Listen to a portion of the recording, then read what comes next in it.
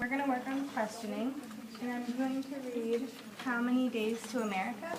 And while I'm reading, I want you to think of questions. So before I even read the book, we're just going to look at the cover, and I want everyone just to take a look at it. And if you have any questions about it, you can just write them down on your Post-it notes.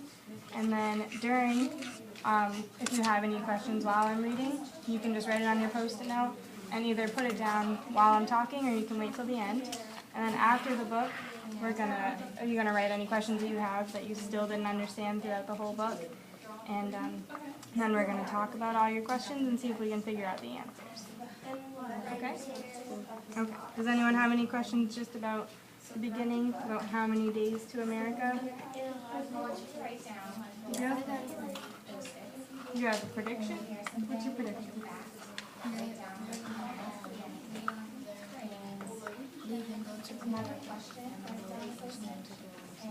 Okay. If you have any questions, just write them down, and then we'll talk about them after, okay?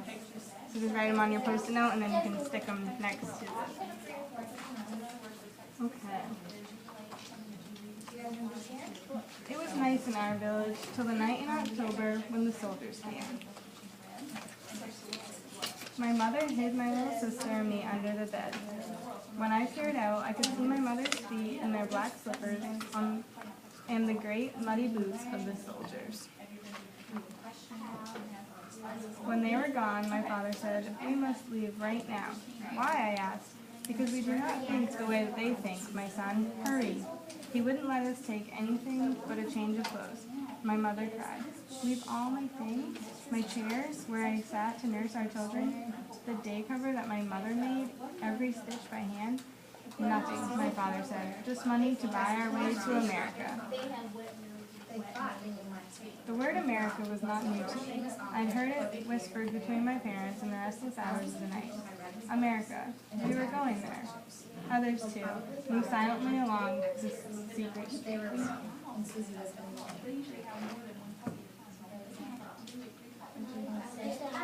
Boats bobbed in the dark water off the quay, and men talked behind their hands while gold passed from one pocket to another. "I must have your wedding ring," my father told my mother, "and your garment." My mother took the ring from her finger and the garment necklace from her little bag buried deep in her bundle. She did not speak. My father said we would leave while it was still dark.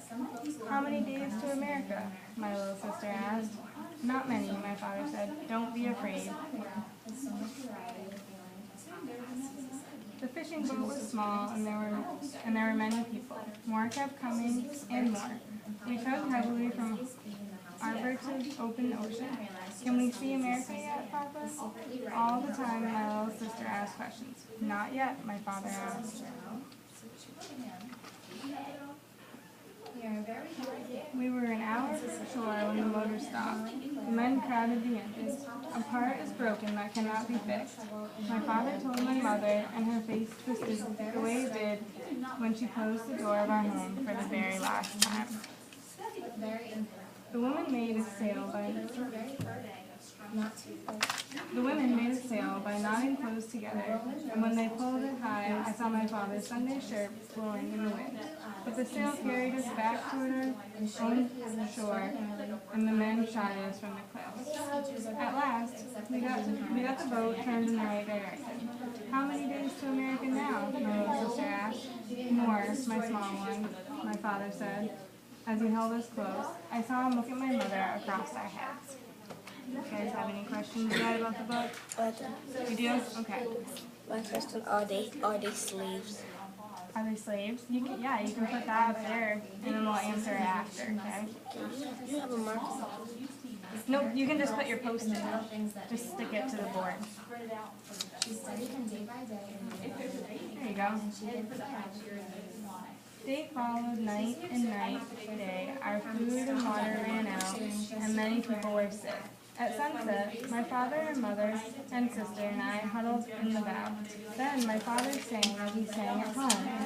"Sleep and dream, tomorrow comes, and we shall all be free." That was the only time I was not afraid. By day, we fished and shared the cash. When it rained, we caught the water in our buckets. I slept and dreamed of home, of food, of my favorite uncle who worked with my father in his shop and who stayed behind. Sometimes I cried, and then my mother would rock me against her. Once we saw a whale, gray as an elephant and covered with barnacles. Come push us, whale, my mother called. Push us to America. But the whale did not hear. Once the boat came roaring close on wings of foam, and we were filled with joy, but not for long. Thieves, be removed like a bad wind between us. Men scrambled from the other boat to ours, waving their guns, shouting for money and jewels. There was little to take, but what we had went with them.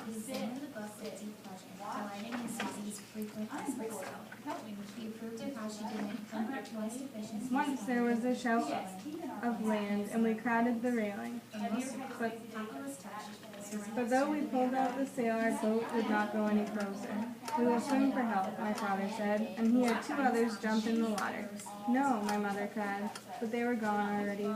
When at last we saw them rise in the green roll of the surf, saw them carried to shore, and we danced and cheered.